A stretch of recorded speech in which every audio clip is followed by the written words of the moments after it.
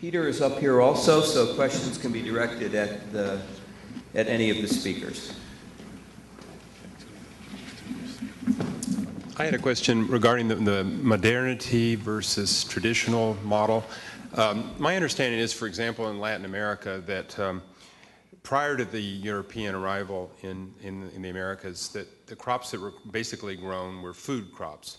And then after that, they brought crops that originated in Africa, for example, sugarcane, coffee, so forth.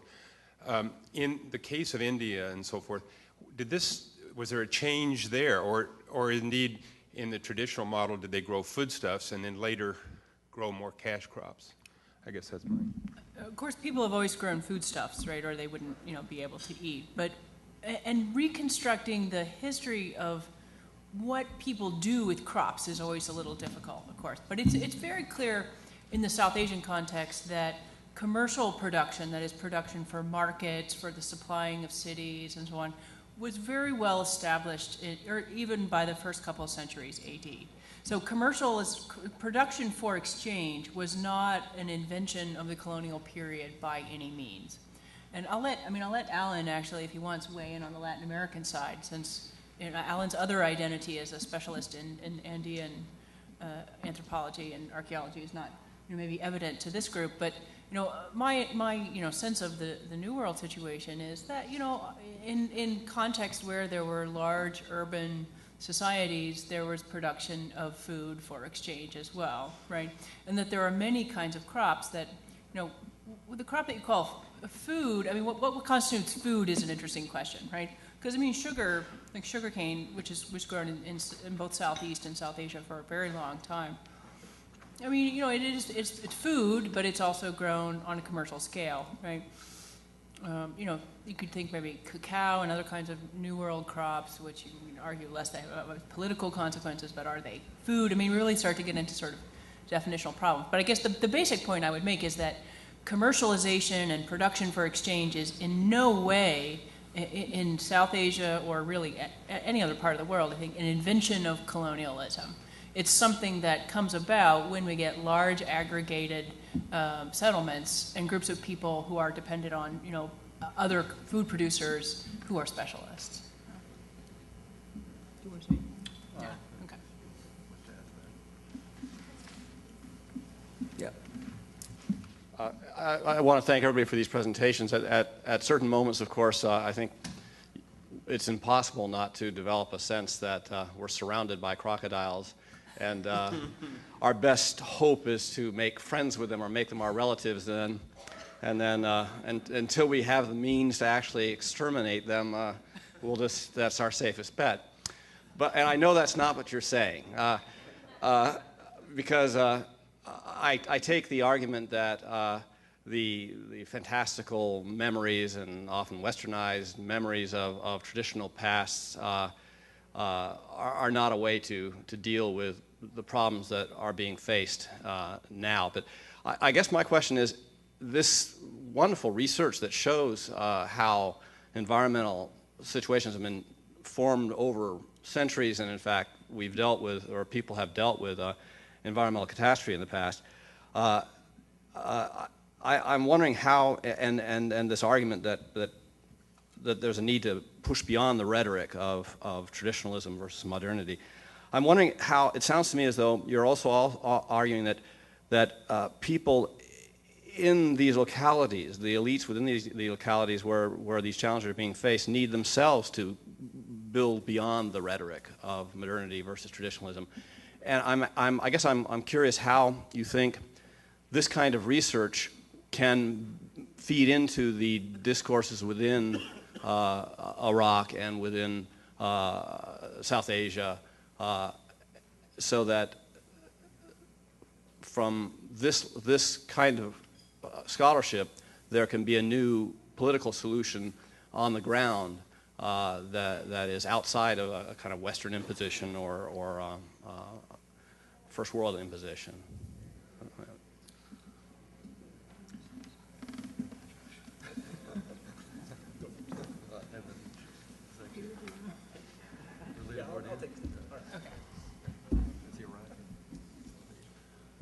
guess I got painted into answering that one because you said Iraq. So, how can this research inform sort of solutions and improving things on the ground? Is that ultimately what the question is? I mean, hey, my solution was easy: buy electricity and you get some water. But I think ultimately, if we look beyond sort of the immediate to this longer term history, we tend to find at least a more ultimate cause of the problem. If you start at the immediate, you get cosmetic solutions. It's cosmetic to, close one sluice gate, flood a little bit of the marsh, make some people go live in it, and bring in some tourists, which is what's kind of being proposed in Iraq, right? That doesn't actually restore marshes.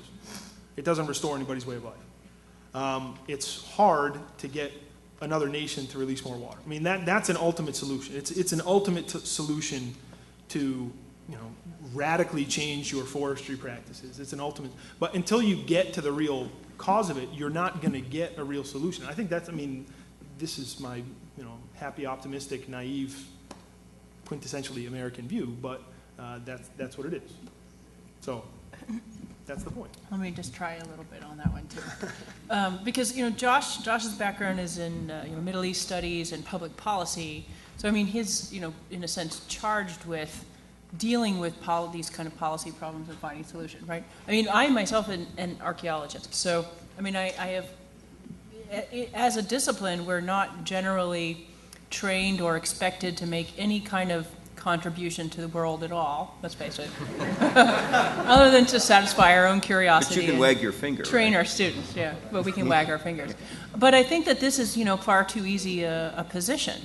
And, my colleague Alan Collada, who's also an archaeologist, you may not, again, even be able to tell, has done, from his presentation, you know what I mean, had done a lot of work in the Andes on, taking the kind of the historical lessons of older agricultural production and applying them to, changing contemporary strategies. So I think that, the first step is talking to each other, that people who are historians and paleoecologists and archaeologists need to be part of the discussion and be willing to engage with development, public policy, and, the contemporary world, not be afraid to do it and to offer our perspective. So that's part of the dialogue. And also, of course, again, I'm a professor. So, I mean, I think education is also an important part of this. And that these are not issues that we're going to solve, one man does and one man undoes, right? These are clearly, I think we would all agree, problems that we're going to have to work on together. And there are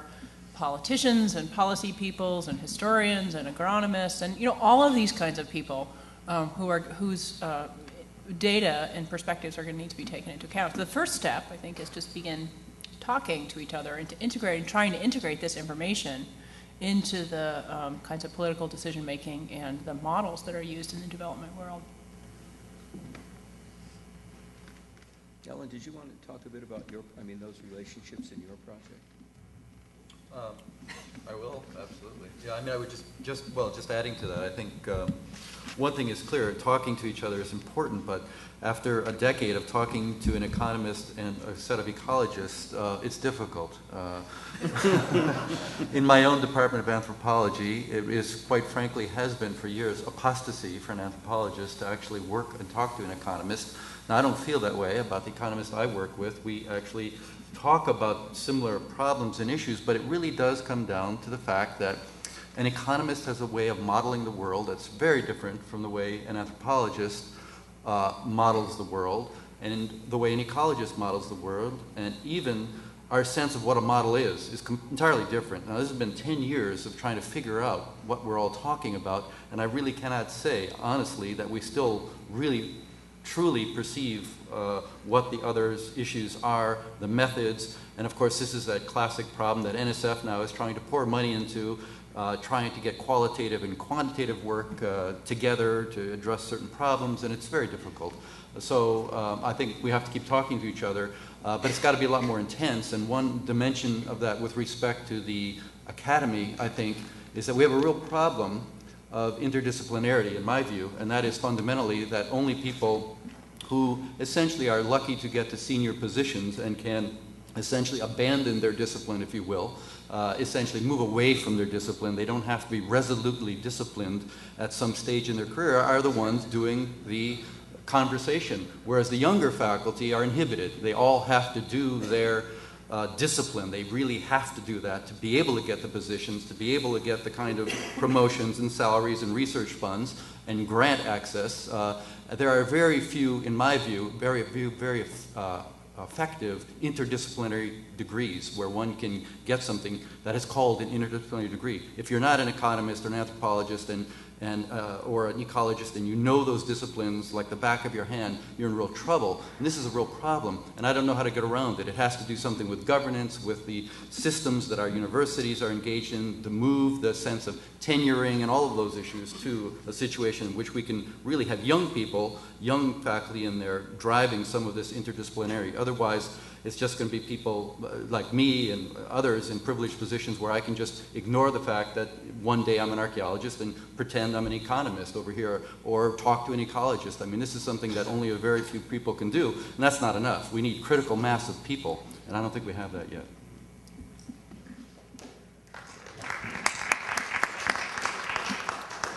This is a question for Kathleen Morrison. Really enjoyed your talk, and can definitely see how I'll use that in my world history class. But my question for you, I really enjoyed your historical analysis and learned a lot. My question is, what do we know about resettlement in traditional times? Did kings or local rulers do it? Or did local rulers maybe care less about local peoples and how they dealt with rising waters? Or maybe I was also thinking there were simply fewer people to be moved. I just wondered if you could talk a little bit about resettlement in traditional times, if there's anything on that. And then just also if you could talk a little bit about the historical analysis for resettlement today. I'm thinking about the World Bank report in the late 1990s or early 2000s in which they commended China, for example, the country that I study most deeply, for its resettlement work. So I'd be interested to hear about that, your historical perspective on that in South Asia. Thanks. That's a really tough question, because for the older periods, just thinking about it, I think that there really is no historical documentation of any kind of resettlement scheme. The kinds of evidence that we see for inundation of villages, agricultural land, is entirely archaeological. That is, which is interesting actually, because it's the kind of, it's a very specific kind of historical record that we're thinking about for this time period, and it's highly stylized, and it has its own peculiarities. And there's a lot of discussion about things like maintenance and repair of reservoirs, but really actually nothing about loss of access to lands, or even things like temples. And clearly there were temples that were, covered over. As recently as the late 40s, early 50s, there again is really minimal documentation on resettlement and inundation. Because in the area where I've been doing the archaeological work with the older reservoirs, there's also the modern dam I showed in my very last slide, the Tungabhadra Dam, which was started under the British and completed in 1954 after independence. That dam has lost 3/4 of its capacity due to siltation. And has a lot of the same kinds of problems. But there, again, we don't exactly know how many people were displaced because there really aren't good documents. But we can look at old maps and, to a certain extent, actually, the material record, too, because as the reservoir silts in, its capacity is decreased, and there are droughts, then, the villages and temples and things sometimes pop up again. Right? So, it's very clear that there was a tremendous difficulty created, but what the record of that is, I don't know. The modern problem, of course, is again, very different, where we have a lot of information, but quite conflicting information, because the government reports on resettlement schemes are a lot more optimistic than the reports of NGOs.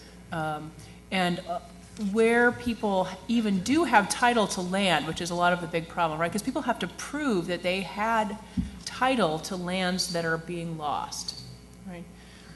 The places where dams are located and who gets displaced by rising floodwaters is, again, not a kind of, let us say, innocent question, because it seems disproportionately concentrated on the so-called tribal peoples and lower caste and poor, people who don't have, as we like to say in Chicago, political clout, right? So to exempt their lands from being inundated.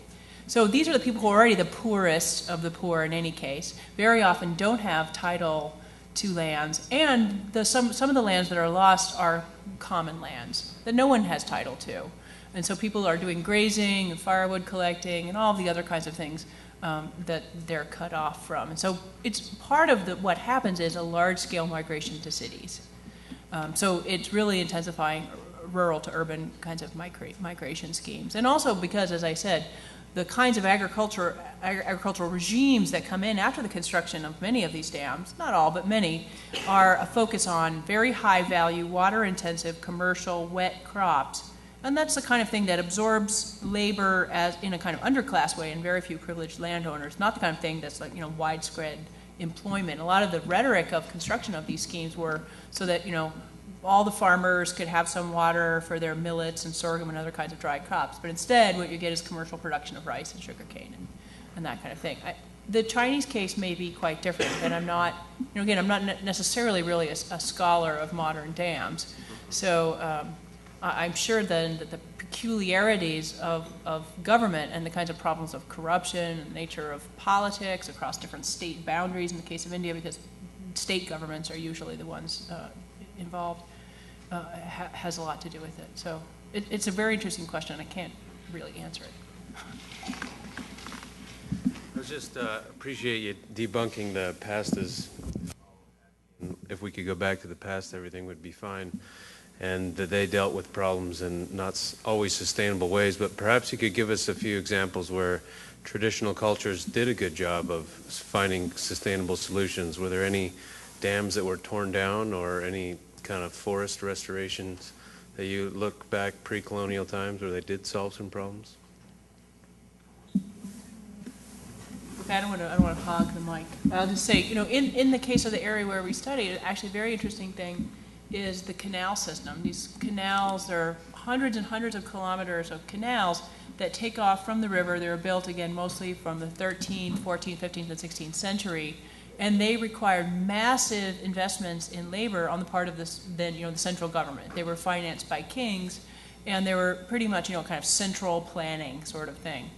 That is a kind of, if you have a kind of this new traditionalist perspective, that's going to be bad, right? When you have a kind of centrally planned government scheme, cannot be good, right?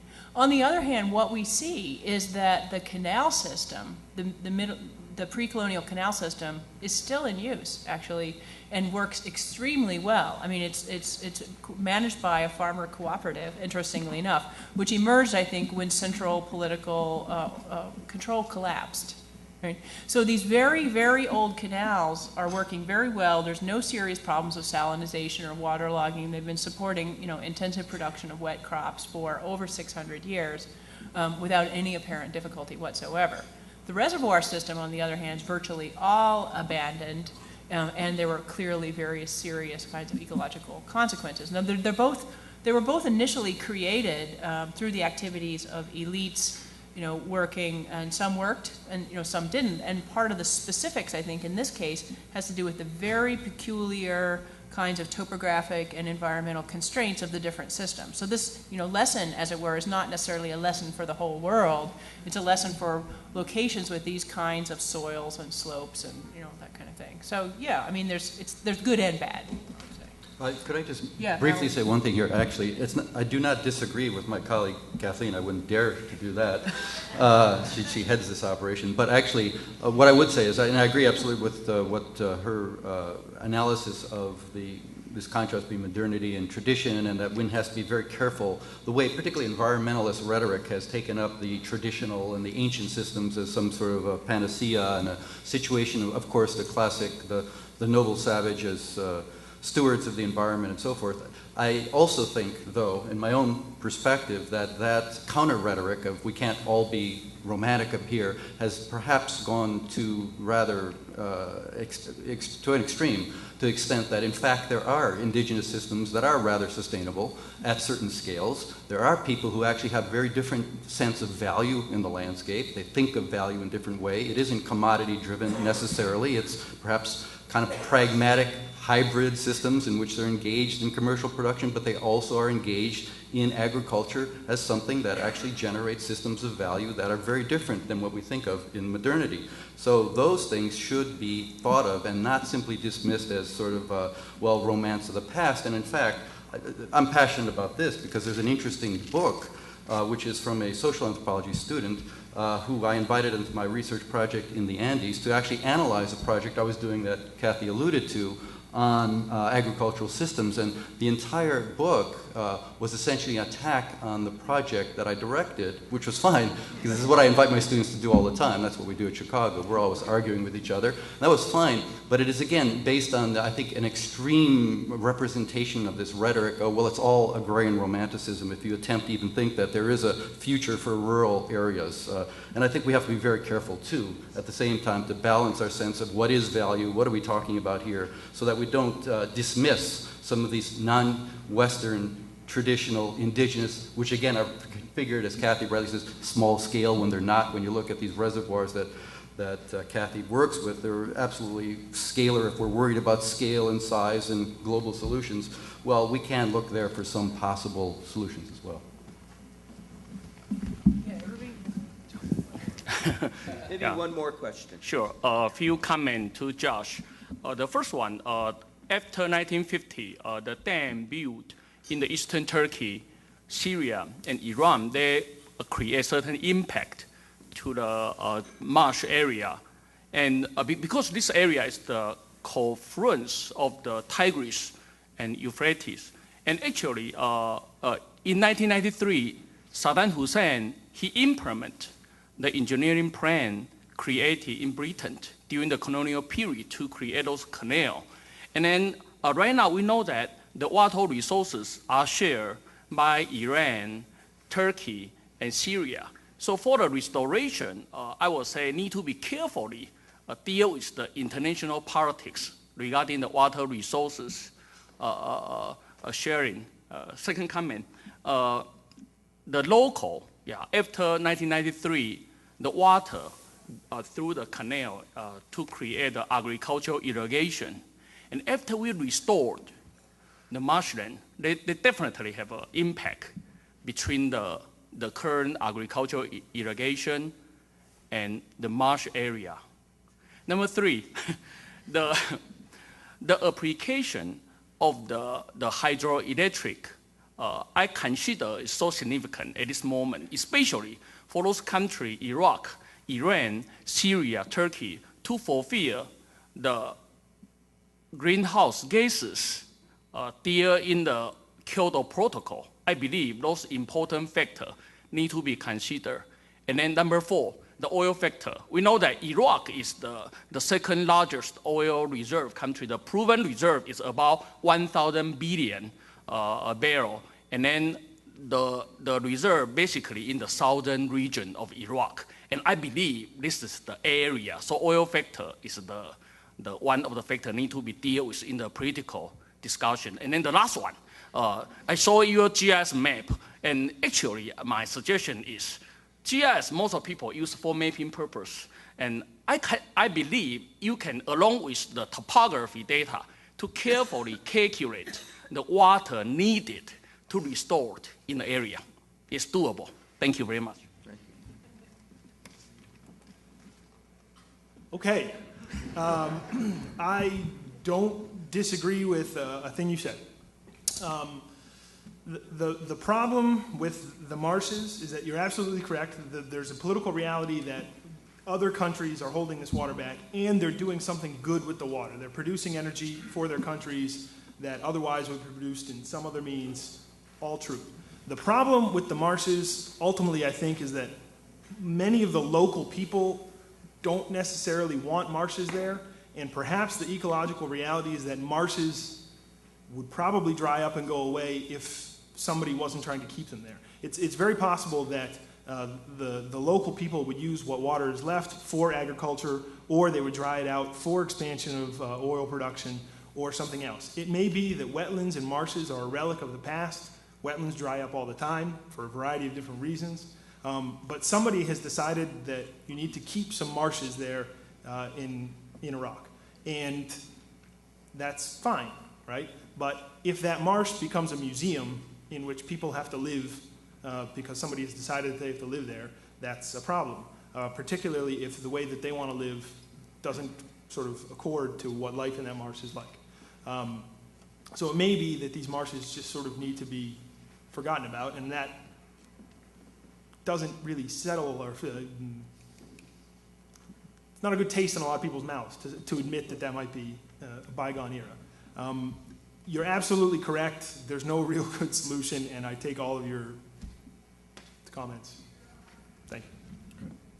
All right, with that, we'll conclude this afternoon's program, and I want to thank all the panelists for participating and for the very good results.